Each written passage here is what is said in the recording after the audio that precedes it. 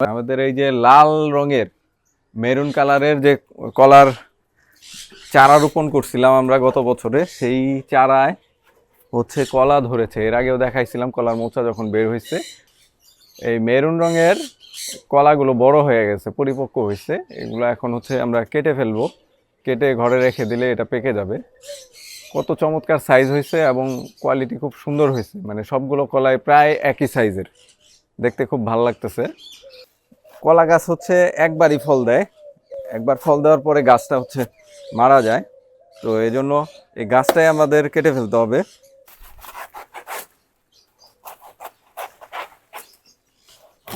এই যে পরের ডা কাইটা যাইতেছে আবার ছোটটা। হয়েছে হয়েছে হয়েছে হয়েছে। আমি আসি দেন আপনি ওই গাছের বাইরে লিখে দিয়ে ডাবুর দেন দেন। দাঁড়ান, আর কাটেন না, দাঁড়ান দাঁড়ান। এই যে গাছটা পাতাটা সোজা করে দিই।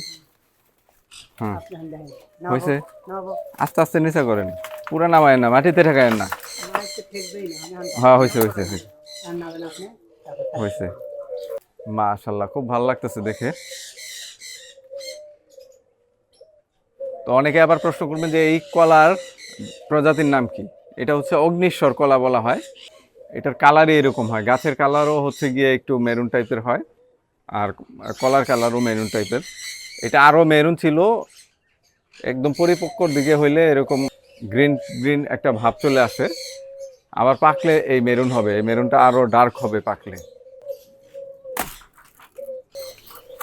এই তো সুন্দর হয়েছে, ওয়াও।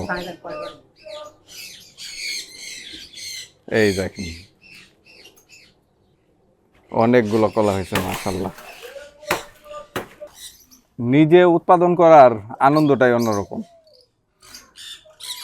এটা কিছুই না, জাস্ট হচ্ছে চারাটা এনে আমি ওইখানে রোপণ করছিলাম। তো যখন প্রথম রোপণ করি গত বছরে, তখন দুইটা চারা রোপণ করছিলাম। দুইটার মধ্যে একটাকে হচ্ছে আমাদের রাজহাঁস একেবারেই খেয়ে মেরে ফেলছিল, আরেকটাকে বেড়া টেরা দিয়ে রেখেছিলাম, ওইটাকেও আক্রমণ করছিল, বাট হচ্ছে ওইটা সারভাইভ করে গেছে।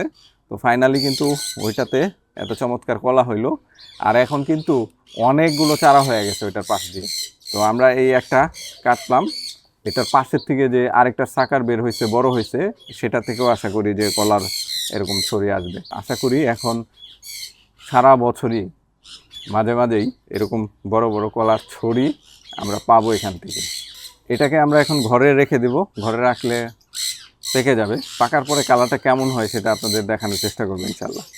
দারুণ, কলা সুন্দর হয়েছে তো মাশাআল্লাহ, সব সুন্দর হয়েছে। ভাবি না এত সুন্দর।